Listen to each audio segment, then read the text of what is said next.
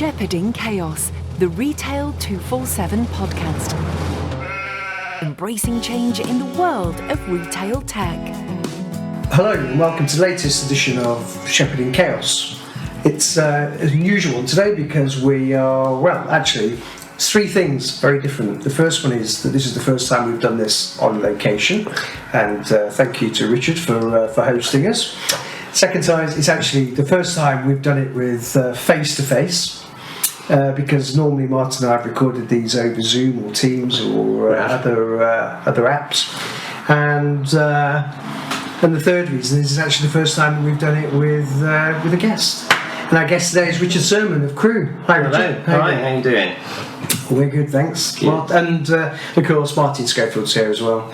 Morning. Looking splendid as always in his Reese jacket where we've just come from. So today I thought we'd sort of have a bit of a general chat first about how we're finding life now post. Cool. I was going to say post-pandemic. I suppose that's a bit premature because we're still probably in the pandemic. But so now things are getting back to normal, and an example of things getting back to normal is the fact that we've come down to London today and we're together, and we're pretty more relaxed with that. But obviously, it's still very different from how it was. So what are your observations about where we are now?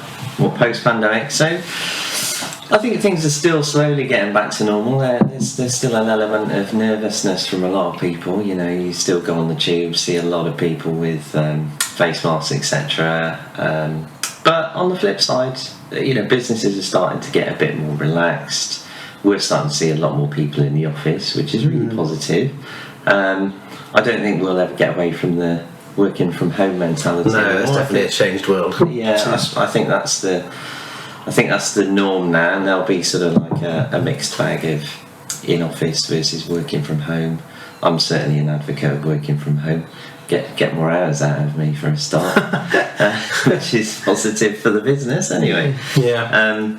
Do you think just to take a side, do you think there's a willingness to take that going forward from most businesses, and certainly yours at Crew? There was that historical perception that you wouldn't get the same level of productivity, but that seems to have gone away. Yeah, or maybe it's the only option people have. Yeah, I mean, I've spoken to a few businesses, and some of them are sort of the opinion that, if you don't see the people working, you don't think they are working. There's a few retailers out there like that, but there's got to be a better trust bond between employers and employees, surely, because otherwise, you really are into that sort of almost like factory mentality where you're watching people constantly with overseers, and we're not moving forward. We're going right the way back to the dark ages of people standing over and watching other people work. Yeah. But I just wonder whether, I think you're right. I mean, I've worked from home. If I had something to get on with, I worked at home in my environment where I'm not going to get interrupted by people asking questions, because we all know you turn up at the office in the morning with an agenda of wanting to get something done, and then you get to 4 o'clock and realise you haven't done any of it because all you've been doing is fielding questions. Very true. So it helps, but I'm just wondering, from a collaborative approach, there's conversations you have with people around the coffee machine where it's not formal, but somebody says something that makes you think slightly different about what it is you're delivering. Yeah, there is an element of that does still happen in the office that you don't get from home, without a doubt. And I think that the key to getting around that is making sure that you're in regular contact with everybody in the business, not just at the sort of your level, but also below you. I try to stay on board with a lot of departments and keep them in close contact so that I know what they're doing, and also keep them apprised of what we're up to from an IT perspective, because there is far too much that happens in the background that nobody ever knows about. And one of the things that we've had to focus on is making sure our communication's a lot better, and that we're actually shouting about our success as well. Yeah, I guess it's imposed that sort of. Well, you assumed you did before, and it's imposing a bit more formality around it now. But. Yeah, because I mean, you would just flippantly say, "Oh, we're doing this and we're doing that" in the office, just as a passing comment. Whereas now, we don't really have that soundboard anymore. So it's how do we get around that? And one of the things that I'm trying to do with my team is make sure that you're talking to people and saying, look, we're doing this, we're doing that, but also we've got this going on in the background, which is why other things might be delayed and stuff like that. Have you had any new recruits over the past 18 months, 2 years, who were employed during the pandemic, who haven't actually met the team? Yeah. I've got 2 on my team that haven't met yet. Yeah. You haven't met. No, I've met them, but they've not met the rest of the team. Right. Arnie being one of them. He's worked from home ever since he started with us, and he hasn't met half the business yet, face to face. Are the plans to do something, to have an event or? Yeah. So because things are getting a bit more open, we're doing team days. We've just been told that we can all go out and do a sort of team day. I'll have to do mine on Saturday because we work in IT and we can't take time off. Nobody realises how hard it is, do they? That's a very fair point. When you listen on the news about you did last week when Facebook and so forth went down, and everyone's listening to it and everyone's got a comment to make, and I've got a vision because I've worked in tech for over 30 years, and with retail assist with support, and you've got this vision of somebody who's responsible for support going a really weird colour and loads of people running around and loads of other people who aren't involved going, when's it going to be fixed? When's it going to be fixed? You think, I don't know what the problem is yet. Exactly. And that does happen a lot. We've had it recently where we've had a system outage, and I'm sat there going, I've got no idea what the problem is yet, let alone when it's going to get fixed. It doesn't stop people wanting the answers though, does it? Very true. It's it's just keeping everybody up to date. It is making sure that you're communicating as effectively as possible. Absolutely. Well, I thought today I'd introduce a concept which will be given the stresses and strains of working in technology, this will definitely ring a note, because we know, we're obviously around this table now, we're all advocates of technology and the power and the benefits it can deliver and so on, and I think it's pretty obvious that the retail businesses that we work with are the same. Technology is far more at the front of the retail world than it ever used to be, but every penny is hard fought and hard justified. So I'm gonna sort of change the world a moment here, and I'm gonna ask both of you to give me an answer to, if I gave you £1 million, what would you do with it? Now, just after I built a small island somewhere. Yeah. As I was going to say, there was a couple of caveats here. One is, it can't be for personal gain, other than job satisfaction and that feeling of a job very well done, and it can't be to finish off a project or carry on an initiative you're doing. So the reason I say I brought this to the table for discussion is that what occurs to me is that we deal with everyday stuff that just happens and things that we can plan for, and then every so often something completely left or right of field occurs where our creative minds have to kick in, and just to sort of exercise that creative muscle. So if I gave you both £1 million, what would you spend it on? So from my perspective, one of the biggest things throughout my career has always been a lack of resource in any business. So the advancements that's going on in artificial intelligence is quite key, I think, to moving forward for any business. That's where I'd put my money. For any particular aspect? Predominantly around automation. Try and, whatever a business is doing, there's a lot of manual process going on that could be taken over by some very simple algorithms. There is obviously the more complex stuff as well. Where should our stock be within the business? How do we get it to the right place? There's a lot of computational algorithms that could be used to improve that without the human factor involved, which is very emotional.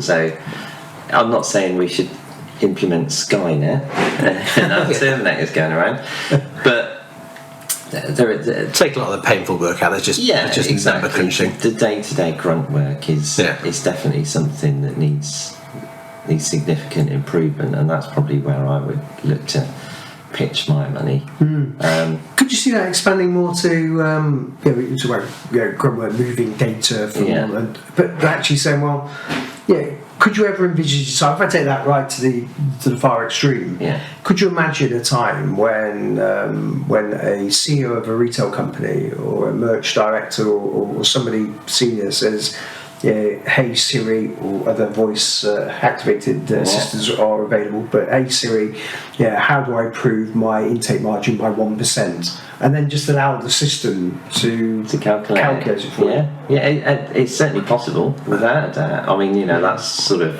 very blue sky thinking, but we could certainly get there without a doubt. Yeah, but I wonder if you just break down the barriers to entry for retail for a moment. Some of the barriers to entry are obviously cost, and where do you want to be on that arc of of innovation? Right. Should you be right at the end on the bleeding edge bit, or should you be coming just as it goes over the top when it becomes more affordable and more proven? Because if you remove that for a minute and just say, well, that technology, is that technology available now? It's just the fact that it's more of a mindset thing than a technology thing from happening. A bit of both would be my comment. I mean, whilst this is going to sound like a sales pitch, it's not meant to be. That there are, you can spend massively. But Orange, you could no, not at all. But you can spend a massive amount of. There's a disparity between price points of anything. Working with the smaller. I'm going to put myself back in Richard's shoes, really. When I was running an IT function, and the difference between working with a small company who are keen and will give you an innovative solution for a sensible price versus one of the old, spend 10 million just to get started exercises is something that retailers are willing to adopt, I think, more these days. You're looking for those opportunities, those smaller companies that you can get more worth out quite quickly. Yeah, I totally agree. I mean, you get a lot more value for money out of that sort of approach. You did some innovation with our store site, Richard, recently. Absolutely. That's proven successful. Yeah, we've taken a mobile point of sale system that wasn't on the market, developed it ourselves with a partner, and implemented it throughout our stores. So, but that project, if you go into a traditional, that could have cost you £1 million somewhere else. It could have easily cost us a lot more. So it's the same functionality. As a software provider, it's the difficulty in pricing and positioning something versus something you can download for free on the internet versus £100 million spent for a project is massively hard. Without a doubt. There's a lot of innovation going on. Even with the partners that I'm working with, take our payment provider that we've just recently signed up with. They've got a fraud tool which is very powerful as it is at the moment. And they demoed the new AI version of it to me the other day. It's leaps and bounds ahead of the competition and so much further forward than their current system. Right. It's just so clever, it's amazing, and the way things are going. That's so true. what are going to be the big challenges in justifying that to the decision makers who sign the contract, sign the order? How do you? I don't know. You just give me £1 million quid. So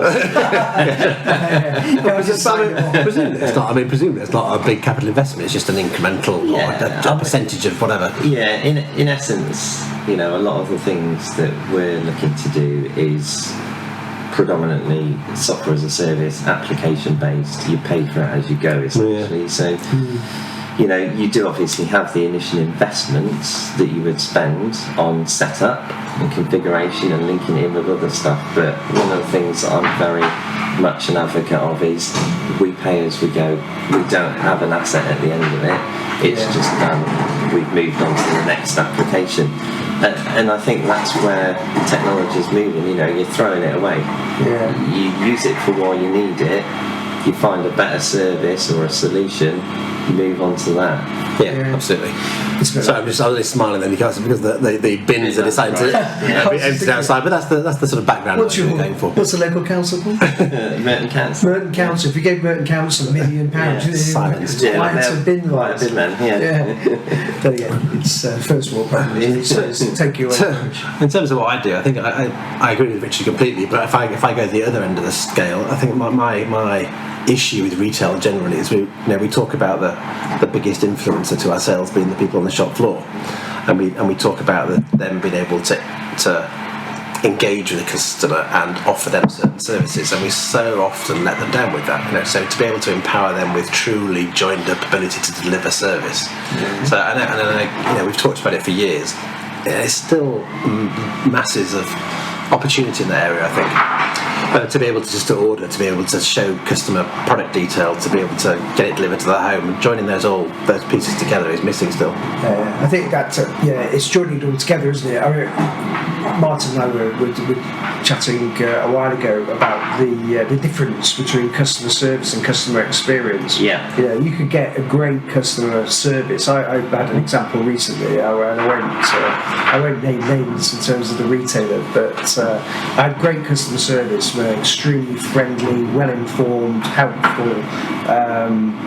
Member of Salesforce staff, but she was badly let down by the systemic support, which basically she said, I was buying a bed, and she said, that's one of our own brands, we'll have that in stock.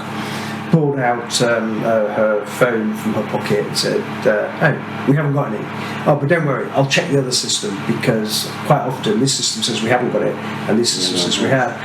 The other system said they had got it, they got 5 or whatever it was in stock, but when it came round to booking the delivery came from the same stock record as the first system said they hadn't got it, so she couldn't book a delivery, so therefore I couldn't buy it. So I left the store thinking, marks out of 10 for customer service, 9. Marks out of 10 for customer experience, 1. But nobody asked me about the customer experience. They didn't even think about the customer service. And actually having something in place that enables that all the hard work that the person who's directly talking to you is putting in, to reward it with the fact that the customer's going to go along and say, I got what I wanted. You can't have a good customer experience without having that. So. And it's a bit disappointing that whatever we are in 25, 30 years in retail, they've still got these same challenges. We're talking an omni-channel experience, but actually it's not quite joined up enough, and there are exceptions to that rule. But I think we could do a lot if we just sat back almost with a clean sheet of paper, spent the £1 million and delivered some of these systems that delivered that. So what was what specifically would you do to kind of improve customer service? Have you got anything in mind? I suppose a couple of things spring to mind. There's the fact that, as retailers, I think I've said this before on chats we've had, Alan, that you expect the most from the people you pay the least in essence. So the people on the shop floor are the undervalued, for want of a better expression, workforce that you expect to deliver and generate profit and sales for you. But so there's the fact that they should be rewarded more, but equally, as we just said, to be able to give them the tools to fulfil their potential of sales would be great. So specifically, just the basics. In your example, the access to the right stock record that give you a real-time visibility of it, and then let you order it, let you interact with the customer. All these systems exist, but they're just a bit bitty, and then we haven't really embraced it properly. So I think I'd use I'd use them a million times to create time to do something properly. If that makes sense. There's an element of disconnect.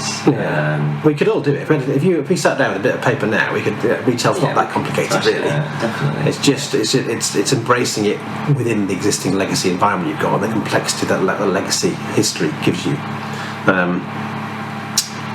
So maybe I'd use my £1 million to close retail down for a couple of weeks properly and put it in stasis and bring it out outside. I think last week I was chatting with someone who talked about legacy, and they see legacy, and the context of the legacy was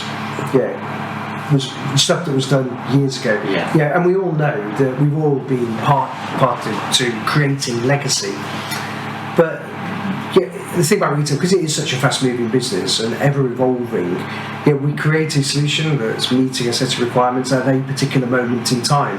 So I'm just thinking, it got me thinking, everything we create today becomes legacy as soon as we implement it. Because a lot of systems that come to the market as new concepts, they've been in the making and the thought processes for a good couple of years, and they were looking at that point in a lot of cases or at what the problems were then as opposed to what the opportunities are now. So in terms of that's another question I throw at you. I mean, from the supplier side, but also from the retailer side. I mean, how do you stop it from happening? How do you know that what you're buying today isn't going to be just suitable for today, and how do you know what you're developing today isn't going to be just suitable for today? Okay, right. If I can go first, Richard.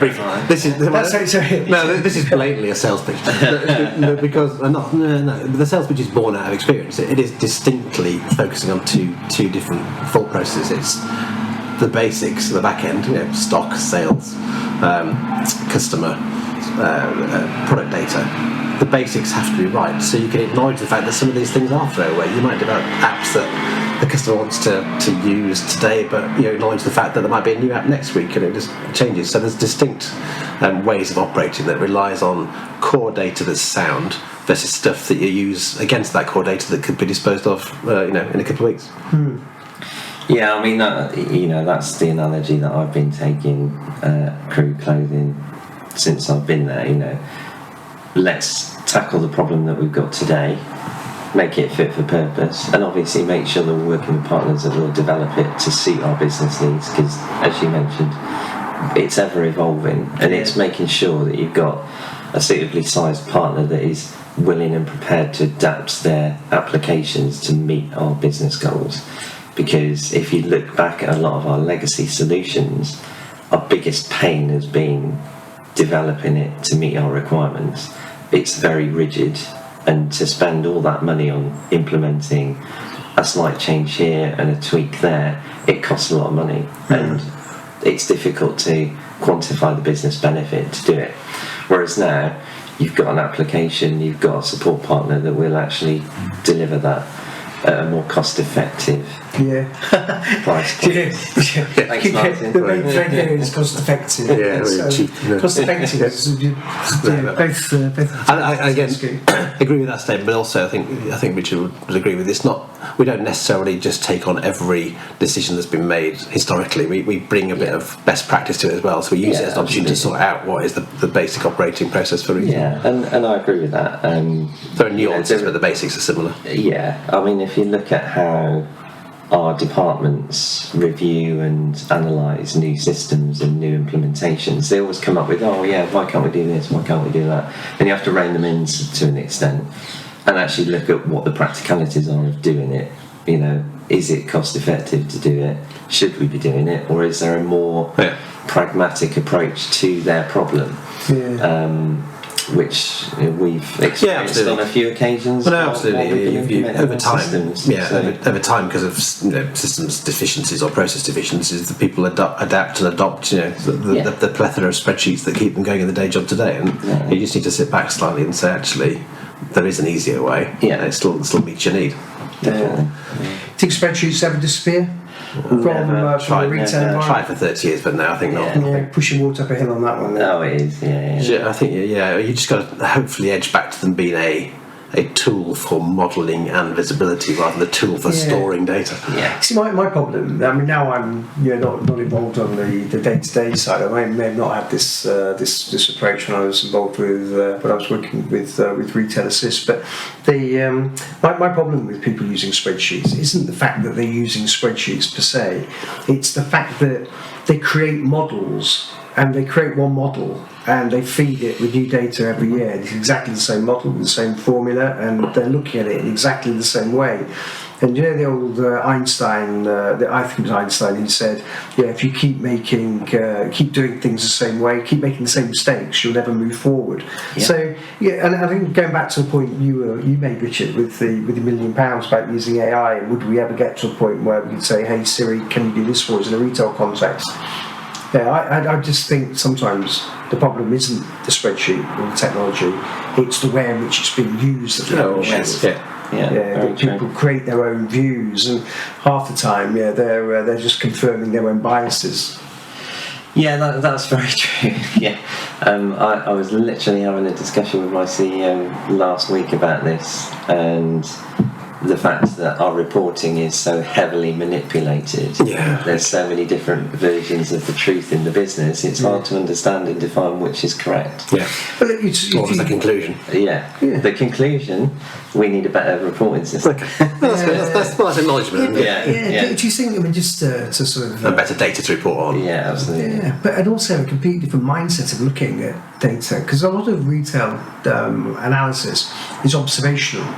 Very little of it is insightful, because in my definition, I'll just clarify that because there's so many, this industry uses different words to mean different things. An observation for me is, what are our top 10 bestsellers? An insight is, why do people buy some products and not buy other products?